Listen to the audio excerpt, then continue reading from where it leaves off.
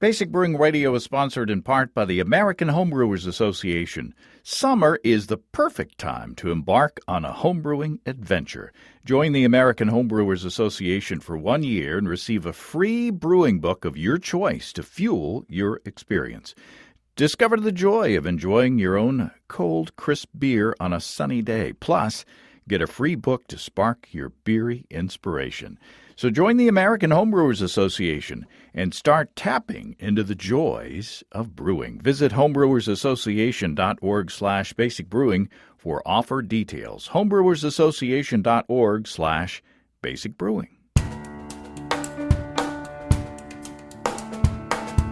Welcome to Basic Brewing Radio for Thursday, August 10th, 2023. I'm James Spencer. Here at Basic Brewing Radio, we're all about home brewing. This week, it's the last show recorded in San Diego around HomebrewCon. Steve Wilkes, Tim Leber, and I head to Lost Cause Meadery to sample out-of-this-world mead and catch up with founder Billy Beltz to get some tips on improving our own meads at home. If you want to support us financially, check out patreon.com/basicbrewing. Many thanks to everybody who's helping out in that way. If you go to patreon.com/basicbrewing, you can see a long list of stuff that you can access if you sign up as a supporter. Financial supporters will get an early release this week of the next Basic Brewing video episode. This is the one with the Honey Peach IPA that Chris Colby of Beer and Gardening Journal and I formulated on this show. Steve and I sample the base beer, and then the one with the peach juice that I added to the keg. And I have to tell you that both versions are really good. Along with the early release, financial supporters will also get a behind-the-scenes video of how it all came together, including the experiment that I did, the impromptu experiment, comparing fresh peaches against frozen peaches in the steam juicer. And you'll also get the recipe for the beer as well. The red IPA, also made with honey, that Matt Giovanisi of Brew Cabin and I formulated, is in the bottle. It's a big beer. I didn't think it was going to be so big, but it turned out to be about 7.5% ABV.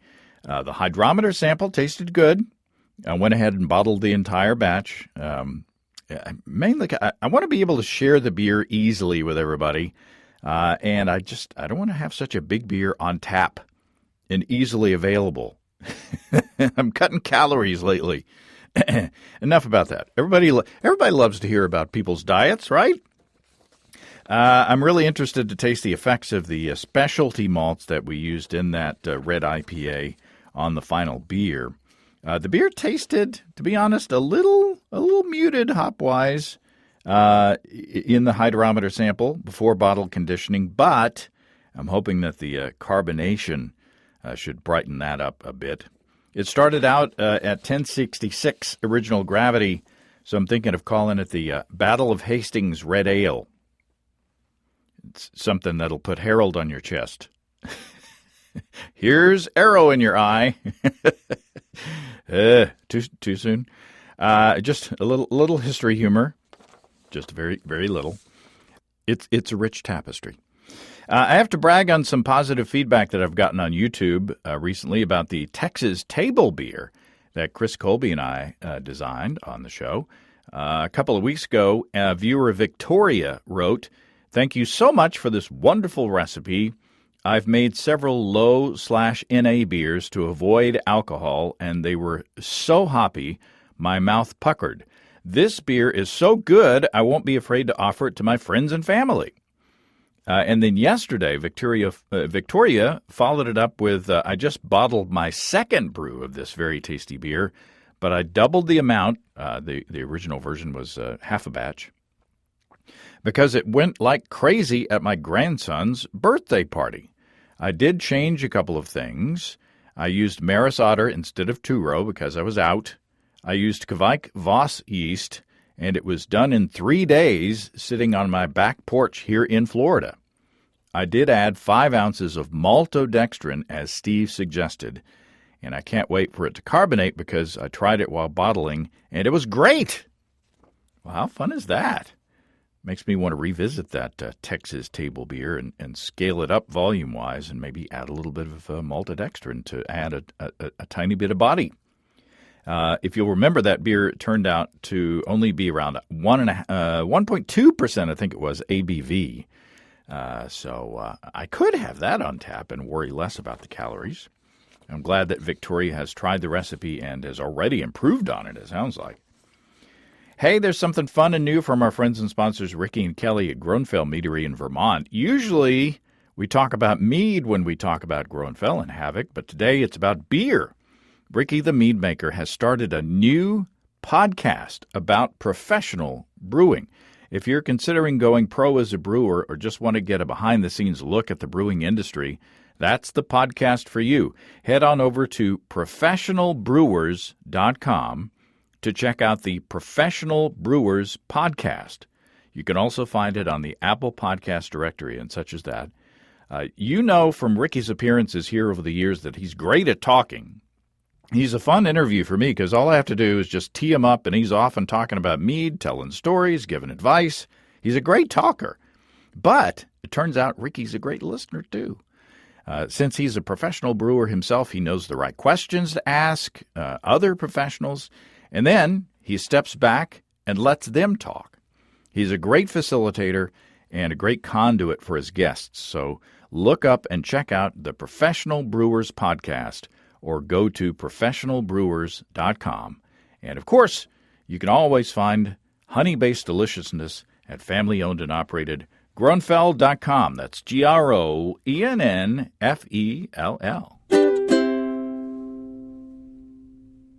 Okay, speaking of honey-based deliciousness, on the top of Tim Leber's list of places to visit in San Diego was Lost Cause Meadery. And when Steve, Tim, and I dropped by there on Wednesday before HomebrewCon, we found out why. So let's start with a recording of us three in the tasting room of Lost Cause with fresh feedback of what we were tasting. And then, after that, we'll catch up with mead maker Billy Beltz at HomebrewCon right after he gave his presentation. Okay, this is our on-the-scene reporters, on-the-spot reporters here at Lost Cause Meadery. Billy from the past has just dropped by the table to speak to us and greet us, and we're sitting here with the current, or the curated flight, which is Till Death Do Us Tart, Orange Blossom Honey, Key Limes, and Vanilla. The Floor is Guava, Orange Blossom Honey, Guavas, Oranges, and Ginger. Lahua, which is traditional mead made with Lahua and Orange Blossom Honeys. Lemons Cello Encore, which is Orange Blossom Honey, Lemons, and Vanilla. Did we say Jekyll or Yakel or Yakel? Yakel is what we came up with. Yakel. Radish Blossom Honey, which Tim had never heard of. Tart cherries and black pepper. And Haxa? Haxa, I think. Double bourbon barrel-aged mead, orange blossom honey, black currants, raspberries, and vanilla aged 17 months in bourbon barrels. Steve Wilkes and Tim Leber, you guys are mead guys.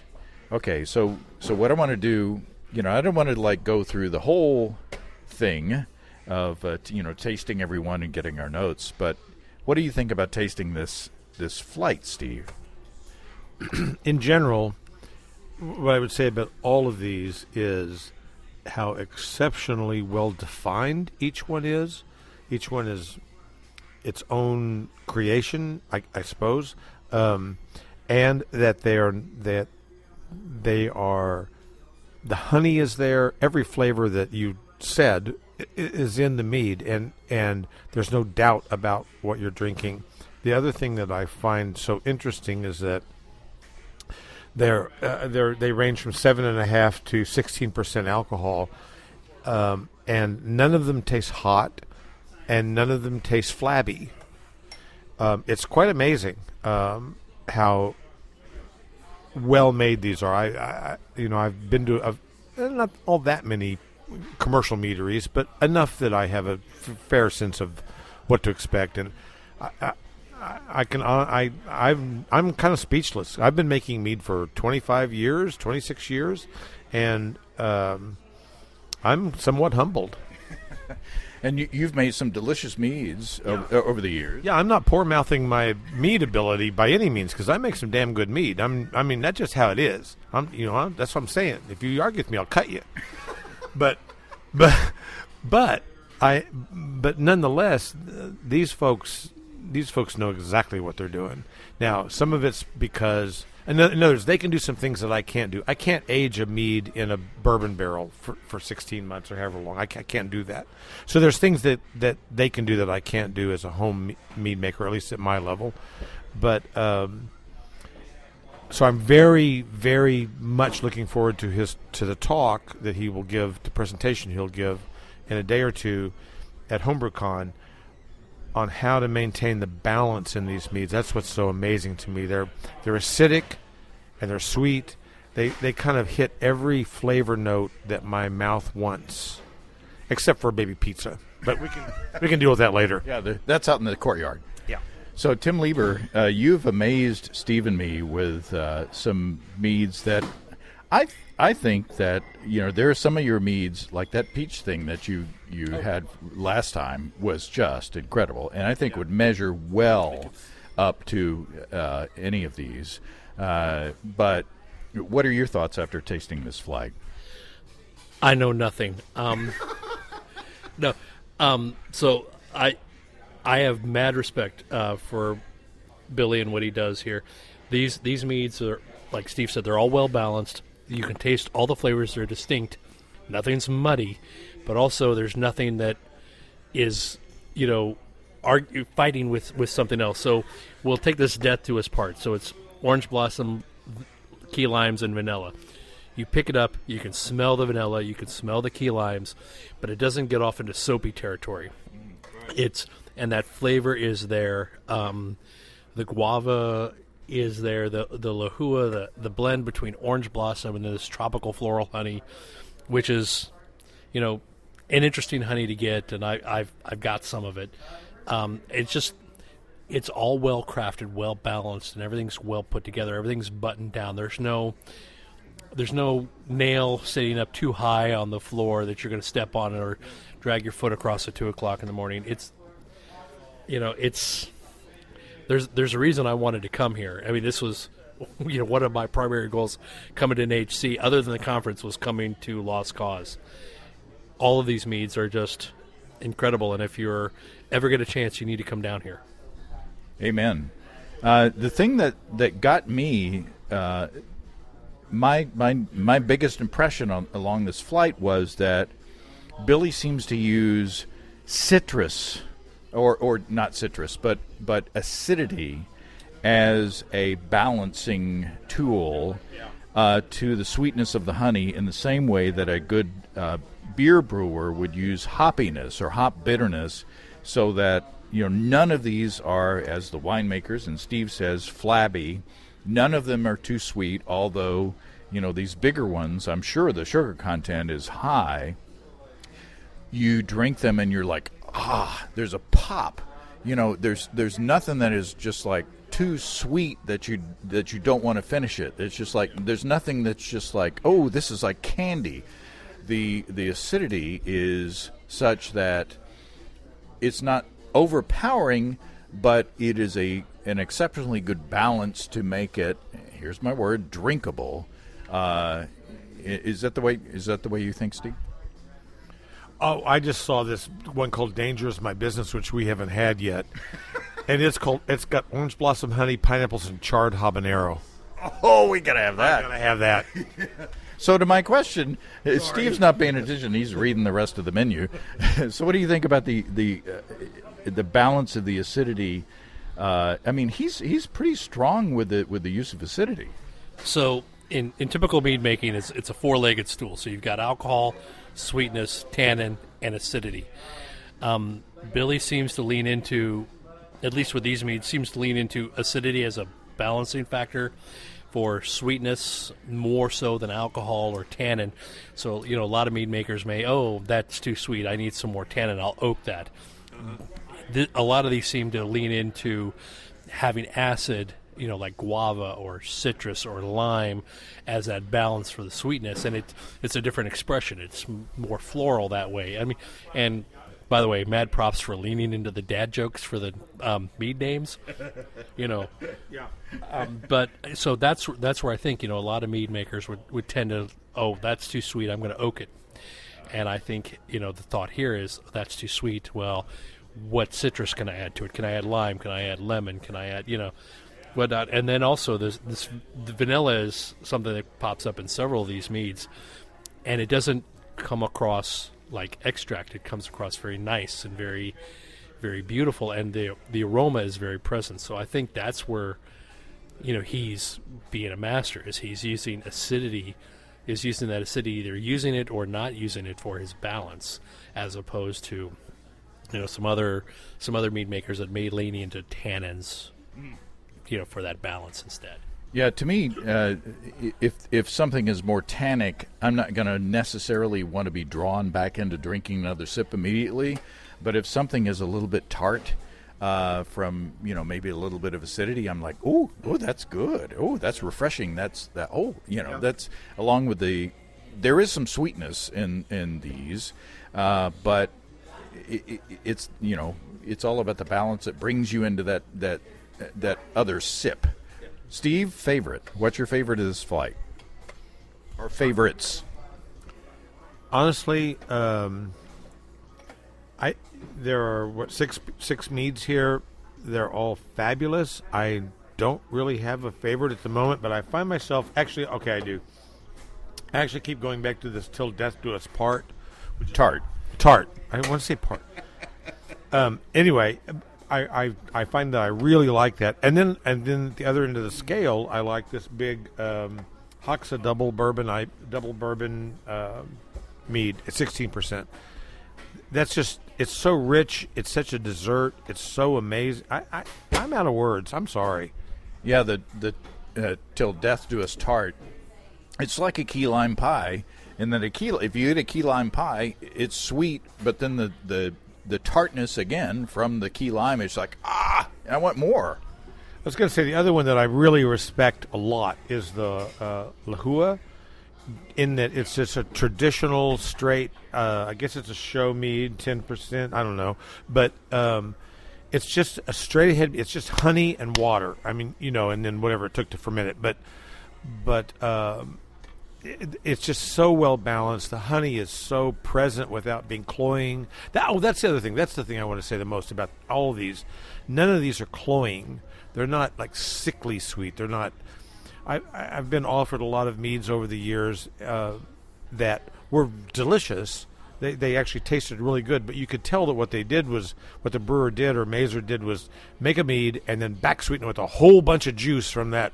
Like there's a whole bunch of apple juice in there or whatever, and like, okay, that tastes really good, but you can tell, you can tell they covered it up somehow. These aren't like that. These are magnificent, every one of them. Tim, favorites? I'm going to say the Lahua because it is simple, straightforward, and there's actually a little bit of petulance to it. So we talked about acid earlier, so there's no added acid from the citrus, but there is carbonic acid from the carbonation, which helps clear things up. And I'm also going to say Till Death Do Us Tart is number 2, and this double Hoxa, the Hoxa double bourbon barrel aged. I've had that mead, the base mead for this before. I liked it, but this is, and it doesn't do the thing a lot of bourbon barrel aged things do, which is it tastes like bourbon. It tastes like raw alcohol. Right. You taste the alcohol, you taste the barrel, but you taste everything else that is supposed to be there. But it's a Sophie's choice. I mean, the Lahua I like because he has got away with traditional meads. He had one before, Love Letters to the West, or I think that was the one, but it was lemon blossom, California orange from Hawaii, California orange blossom, and then meadow foam honey from Oregon, and it was just phenomenal. You could taste all those things. So he, as good as all these other things are, he has a way with traditional meads. It's like I'm just going to need to go home and think about this for a while. Yeah, no kidding. It's a little like if you're a beer brewer, Pilsners are the hardest to make, or American lagers. They're really hard to make because there's nowhere to hide. And that's how the Lihue is. There's nowhere to hide. Yeah, it's amazing.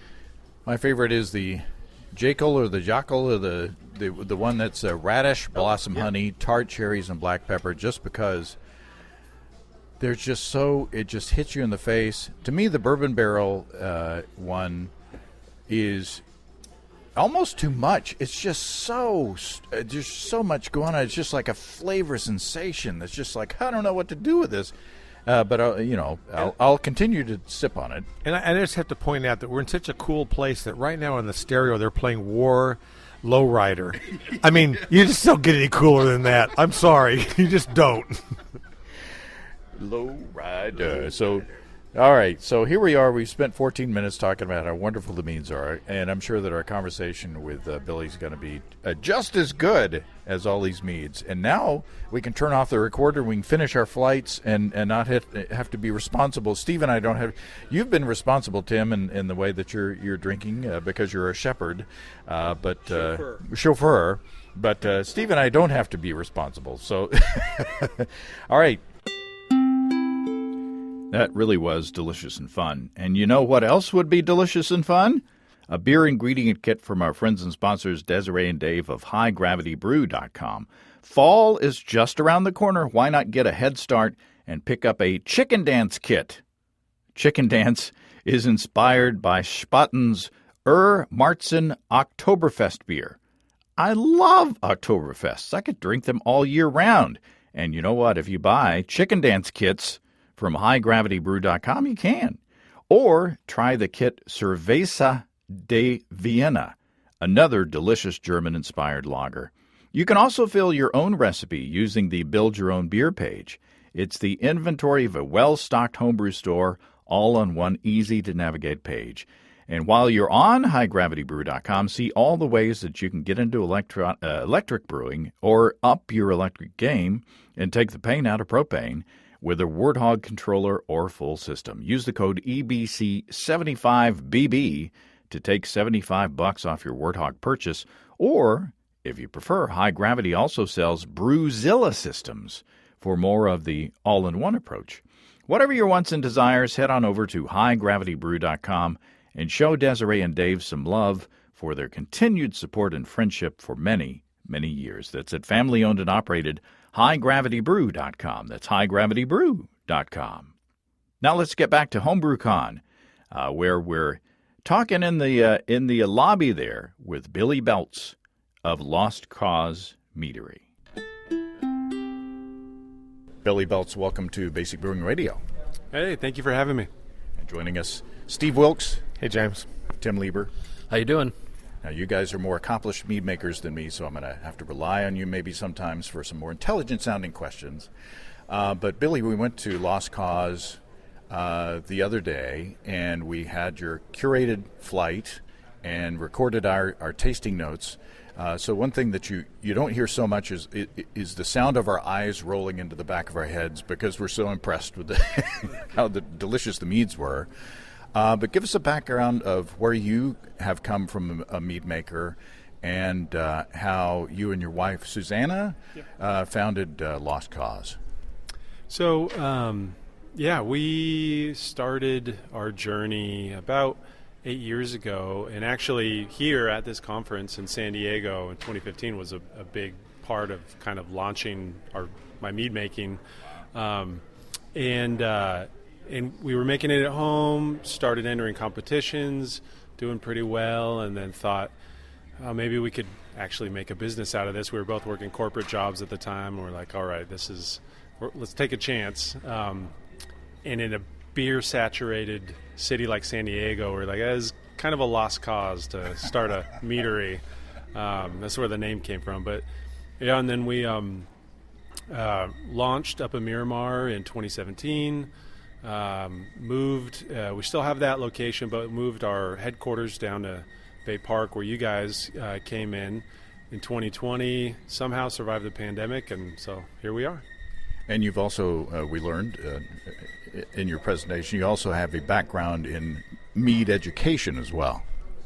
Yeah, I love teaching people about mead making, sharing what I know, and which is still learning a lot. But I love talking because it's my passion, and the reason I love coming to events like this is I love the homebrewing community. I've been a QOF member for over a decade, and these are my peoples. I love nerding out about fermentation and all that, so I love it. Now, before we get into the highly technical questions, which I think have a feeling we're going to get into, I don't know a whole lot about meads. I know what I like, and one thing that struck me about the meads that we tasted the other day was the role that I feel, at least for my palate, that acidity plays in your recipe development. I mean, you can find a lot of meads that are really delicious and kind of heavy tasting and sweet, and they're delicious, but you only want a little bit, and you don't necessarily want to come back to them. We had all the way from session meads to big meads, and most of them had this balance of acidity. I compared it to like a brewer uses hops to balance the sweetness of a beer. Talk about that. Am I off the mark, or does that enter into your philosophy of recipe making? Oh yeah. Acidity is huge with mead making because you're dealing with now. Meads don't have to be sweet, but a lot of them are. A lot of them are going to have higher residual sugar, and it's going to taste sweeter, even at the same residual sugar as a beer, because they're simple sugars. It's going to taste sweeter, so you need to balance that. You could do it with tannins, alcohol, other things, but acidity balances the sweetness, and it also makes it something refreshing to drink that you want to go back and have another sip with. And we actually, it was having the tasting room and getting through that first year when we learned that what everyone would be drawn to is the fruit meads with high acidity, some sweetness, but something that where you taste it, you're like, I want to have another sip. I want to finish the glass. Mm-hmm. And so a lot of meaderies have kind of started to follow that style because it's what sells. It's what people want to drink. It's just, we're a business and we want people to go back for another glass. And acidity is what does that in a lot of meads. So yeah, it's a huge part. And you're right. You don't see it as much in even home mead making because I don't have to, as a home mead maker, if you don't want to come back and get another bottle, that's fine. I'm not making any money off of it. But I do think if home mead makers embraced acidity like a lot of commercial mead makers, it would be great for everyone.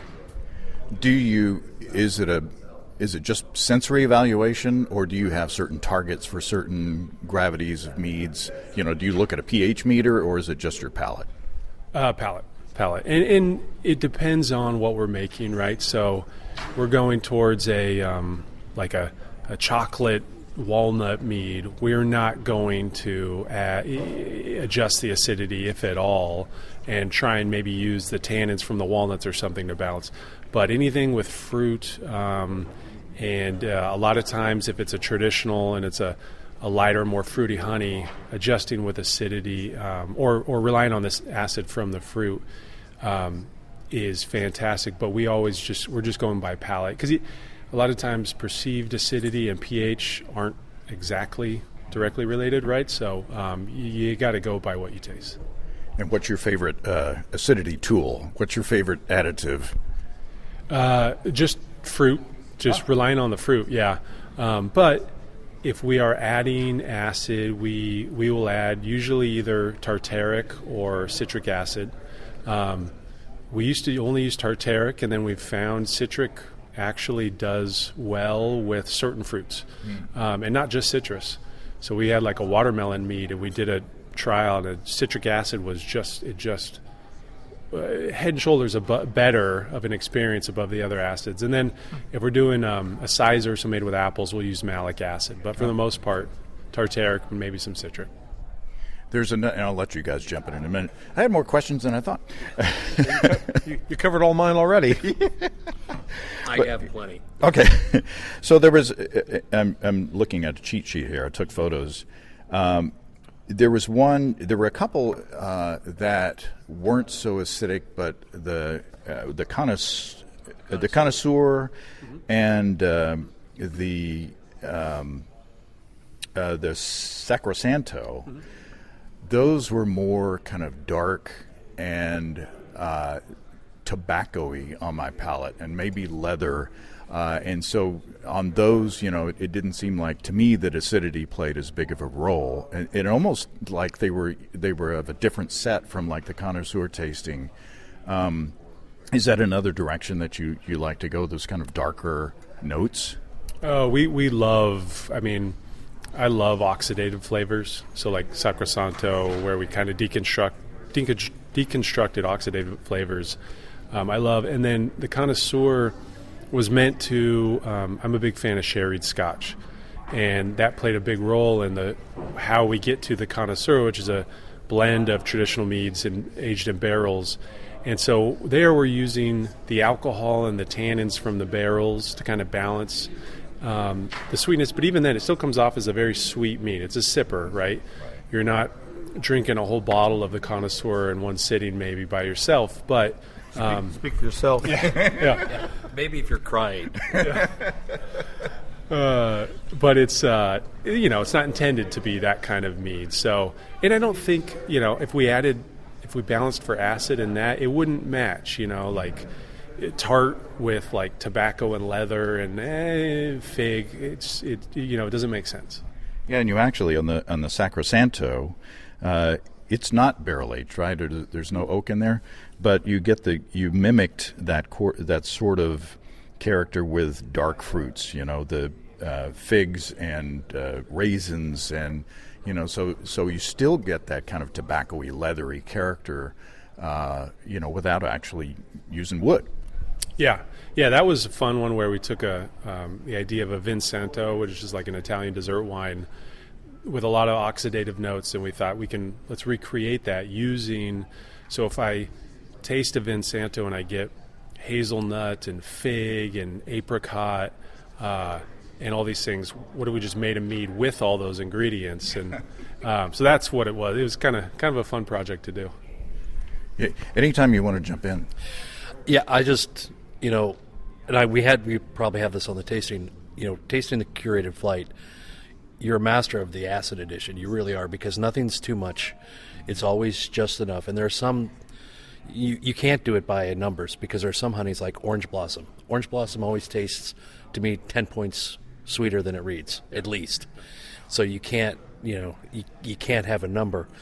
But then you get to the connoisseur and the Sacrosanto, and these are great meads, but they're a different animal. And the thing I love about your meadery and all your stuff, and I bought a whole bunch of it, is the range. I've been to a lot of meaderies where they're really good at this, and everything else is okay. You're good at everything that you do, at least everything you put out commercially. I mean, I don't know what you're dumping down the back, and if you made watermelon taste good, salute, because every batch of watermelon I've ever made, I dumped. Yeah. It's the only thing I've ever dumped that wasn't infected was watermelon. I've tried it 3 times and it didn't work. You have a lot of barrels, in your meadery. So are you sourcing, like the connoisseur, there's a sherry barrel in there and there's like a cherry brandy barrel in there. So you're sourcing these barrels from around to pull all this stuff in? Yeah. Yeah. We're, barrels are one of those things you get one and then you're addicted, and then you have to have 40 of them. We like to do a lot of second use barrels, so we're not doing as much like new oak. I mean, we can't afford it either, but we're getting a lot of second use, and it's trial and error. Some don't come out as great as you'd think. We haven't had great success with like a lot of rum barrels or tequila barrels. But like the cherry brandy barrels have been amazing. The sherry barrels, the Madeira barrels, we've had just like really good, success with some of those. So it's a bit of trial and error. And we also do a lot of barrel sharing with local distilleries and brewers. So we have a lot of those barrels are from local breweries like AleSmith or Pure Project. and then a lot are from a local distillery called Seven Caves, which does really cool gins and rums and whiskeys, and then we'll send something, we'll get something from them, we'll send it back to them, and then they'll send it back, and then you have kind of like, it just gets crazier and crazier. And the craziest one we've ever done, we just got about 6 months ago, was a soy sauce barrel from Seven Caves. They made rum in a new American oak barrel, and then used it to barrel age soy sauce, and they gave it to us. And so we have a mead coming out called Back of House in the fall that part of the blend was from that soy sauce barrel. It's weird, but I think you guys would like it. Yeah. Yeah, you know us. Yeah, I have a lot of weirdo meads that we haven't talked about on the show, but I've got like a bottle of fruitcake mead up in my room right now. So, I'm into that sort of thing, and it's the fun experimentation. But, as a home brewer, we have, a lot of us don't have room for a barrel. So could you take like oak cubes, and then soak them in some of these, like sherry or some of these things, and kind of get some of that character? Or should you like use it to do something else, like a straight oaking? You're going to do straight oak, and then take those out, and save them, and then soak them in the spirit to kind of get more of that second use. Is that an idea that would work? Yeah, either of those work. I mean, when I was home making mead, I did a few meads where we soaked the oak in a spirit and then threw it in and had good results. The thing with barrels is, you get that micro-oxidation, which you don't get doing, adding oak to a carboy. But if you want that like second use, I would take new oak, soak it in your favorite spirit, and then throw it in, and absolutely, you can have great results. Let's get a little bit into the details. It seems to me that one of the major lessons out of your presentation, and people can, if you're a member of the AHA, you can go on their website and download their the audio presentation and the PDF. But it seems to me that when you first get into mead making, one of your myths is making mead is easy. Well, it could be if you want to make if you want to make good mead. It seems to me that there are a lot more variables than I keep in mind. I mean, taking care of the yeast is the most important thing, obviously. But you talked about the different yeast strains needing different nutrient requirements, temperature plays a role in there as well. You say alcohol tolerance is a myth, which Tim has said on the show. Tim has said on the show that number one, yeast can't read, and then they can't see the outside of the package anyway if they could. So, for a beginning mead maker, how do we start to grasp on the details of without getting overwhelmed of what we need to do to make the best mead possible, and trying to find out all those variables and use those variables? So there's a lot of resources out there that'll tell you how to do staggered nutrient additions, and for what yeast, which yeast will give you these flavor profiles, and which yeast need this much nutrients, and there's a lot of advice. And so it's all out there, and it you do need to understand staggered nutrient additions, and especially the nutrient requirements for the yeast strain you're using. But the biggest thing I try and tell people is, after you've digested all that, remember that there is a relationship between yeast strain,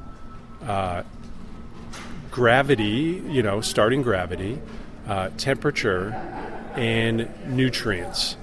And they all play together. And so if someone tells you, hey, this yeast is great with this honey and use this much nutrients, you could get two completely different results, because someone is maybe fermenting at a slightly different temperature the first couple of days, or they're using diammonium phosphate instead of ferment O. So it takes some trial and error. And the biggest thing I say is, when you find a strain that work in a staggered nutrient protocol, and temperature and all that comes together, and you have a great result, stick with that and build off that. Because if you try and switch out yeast strains every different mead, it's not as easy as just plug and play. You really have to get to know the yeast because everyone's setup is a little different. Everyone pitches rehydrates their yeast a little, and all these things come into play. So it's more important to find something that, like, okay, I had a great result. I'm going to use that as a base and then learn off that. Maybe I'll tweak just the temperature next time, but don't try and recreate it every time if this is new to you. It's going to be too hard. Start with a simple mead with the delicious honey. Yeah. Take notes on everything that you do and tweak one maybe two variable at a time. Yeah, and know that just because someone said this yeast sucks for mead, I promise you there's someone out there that made a delicious mead with it. Or someone says, never use this nutrient, always use this. I mean, Ken and I both make good mead. He makes great meads, I make good meads. And we use completely different nutrient protocols. So you can get there to the finish line a million different ways.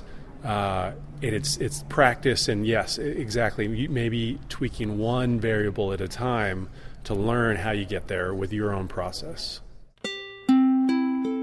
As I said earlier, the red IPA that Matt Giovanisi of Brew Cabin and I formulated is in the bottle, and I'm going to send him some this afternoon. I pitched the latest hybrid strain from our friends and sponsors at Imperial Yeast, I-10 Mangostini.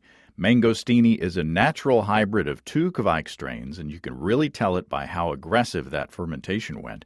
That beer was not only bubbling before bedtime, it was chugging like a steam train the next day.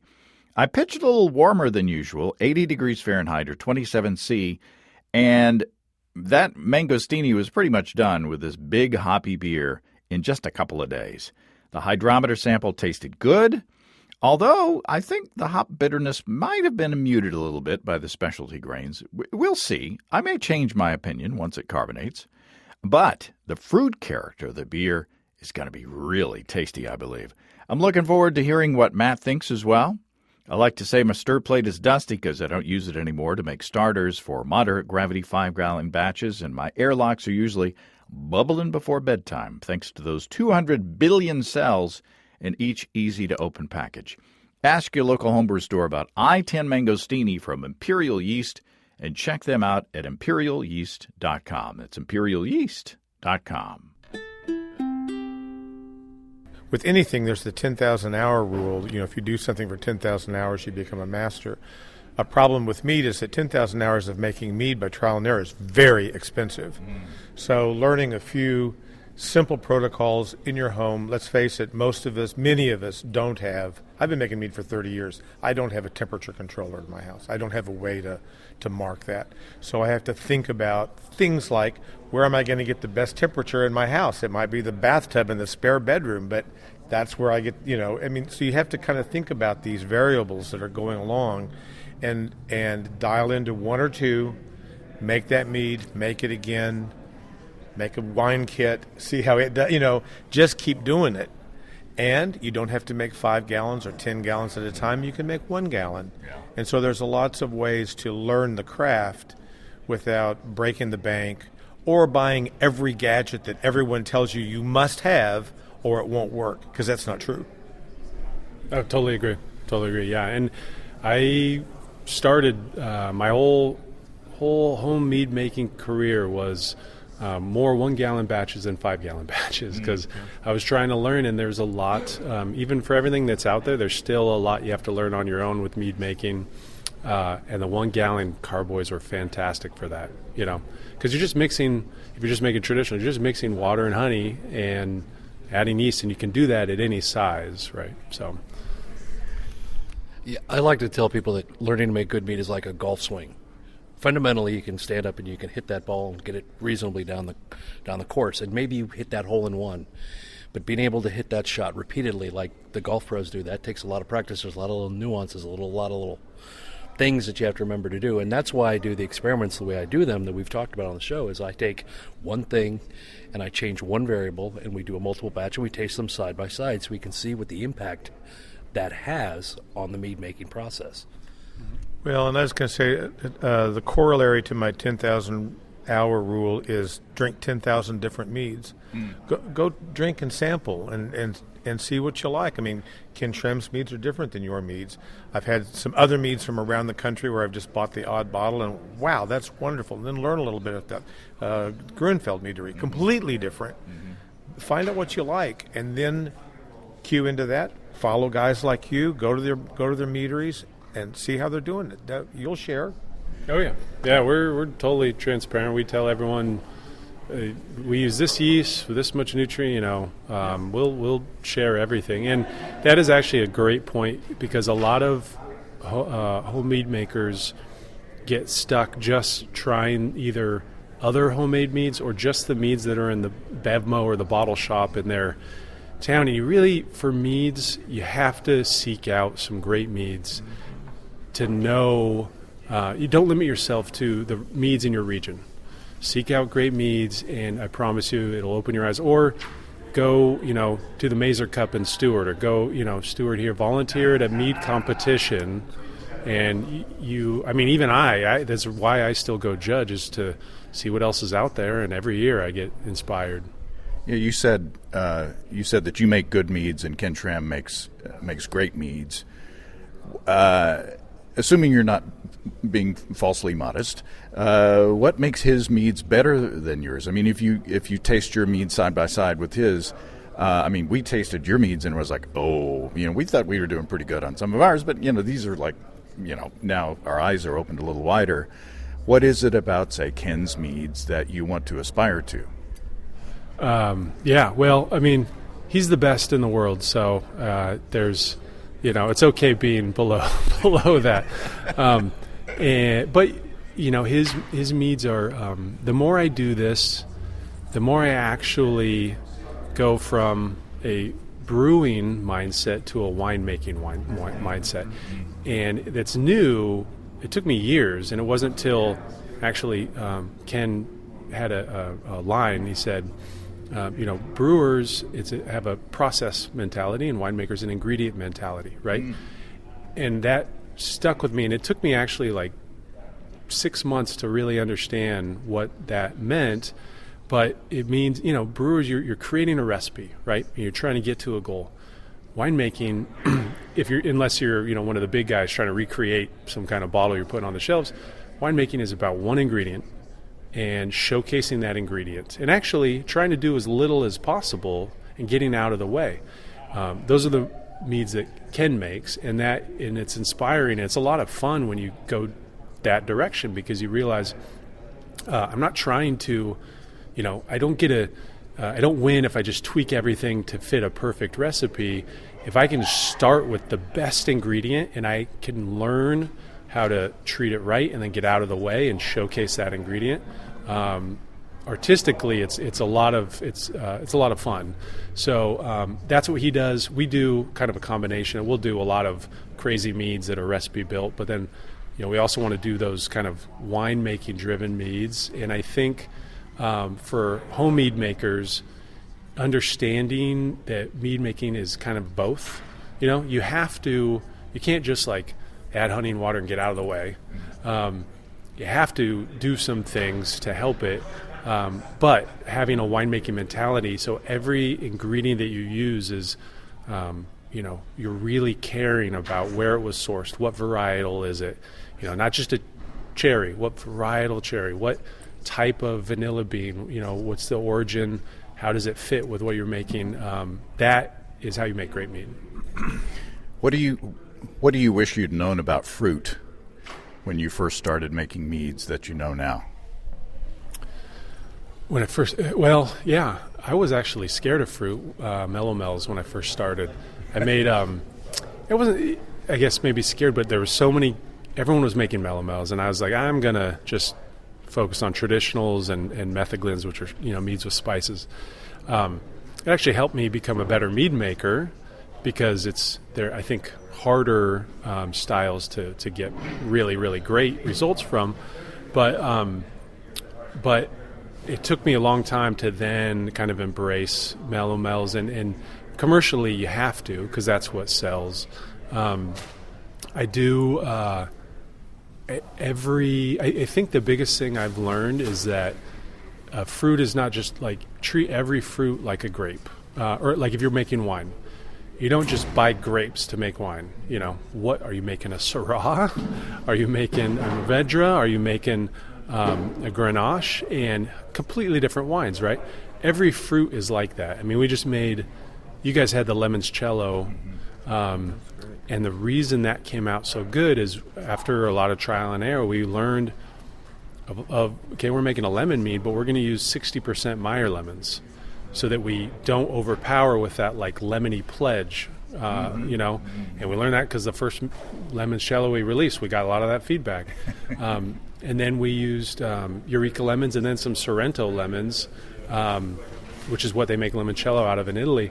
And it's treating the lemons like you would grapes if you're a winemaker. That's how we were able to go from like a okay lemon mead to like, I think, a really great lemon mead. Yeah, the aroma on that one. There were two or three that it was just like they were delicious, but I would almost rather just smell them, and because it was so the aroma was so sweet and delicious. But then again, you taste it, and it's not sweet. It's nicely balanced and makes you want to come back for more. Yeah, the lime with vanilla was just, I could have used that as cologne. I mean, that was beautiful. But what I'm always telling people is, fruit, you got to think about it like music. I'm not a musician, but still, you think about it as a chord. So you don't just play one note. You have several notes, and you can have several different, like mangoes. I use both the big Indian ones that everybody sees and the little Mexican ones, or the Philippine ones, because they have different flavors. But they're the same fruit, so they play together well. So I think that's a real important thing for people to realize is, don't think just one, it's like making a smash beer. Sometimes that little extra malt, crystal malt or something makes all the difference. Yep. I totally agree with that. So I have a question. Kind of a change of topic, maybe. Talk a little bit about back sweetening. I've had a lot of meads presented to me, and I've made a few myself, where you could tell somebody pumped a whole bunch of back sweetened sugar into that mead to make it palatable. How do you go about back sweetening, if you back sweeten at all? Yeah, it depends on the mead. We have meads where we have dry meads. We have sweet meads where we didn't back sweeten at all. We kind of created the mead to leave residual sugar because we started such a high gravity. And then we have a lot of meads where we have back sweetened.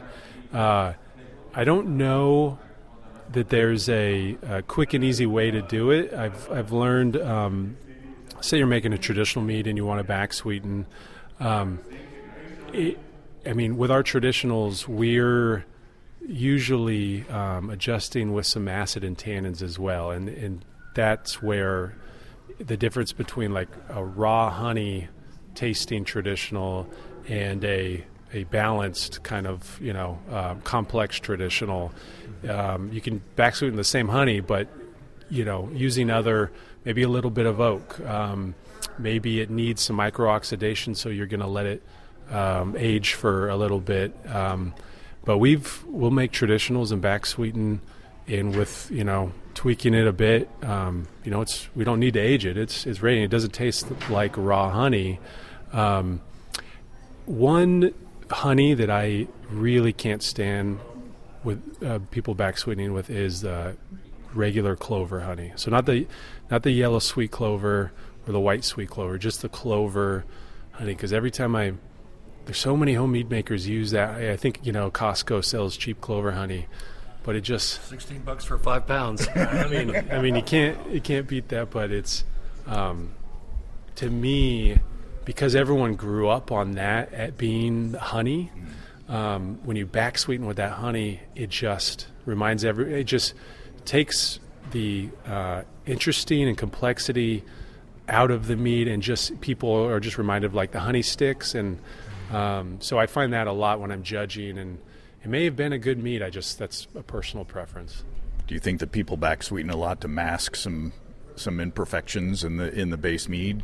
Oh yeah, and that that never really works. It can make a mead be palatable, and maybe your friends will now drink it when they wouldn't otherwise, but it's not going to make it a great mead, and it's not going to hide the fusels enough. It's not going to hide any unhealthy ferment, anything like that, enough to make it a great mead.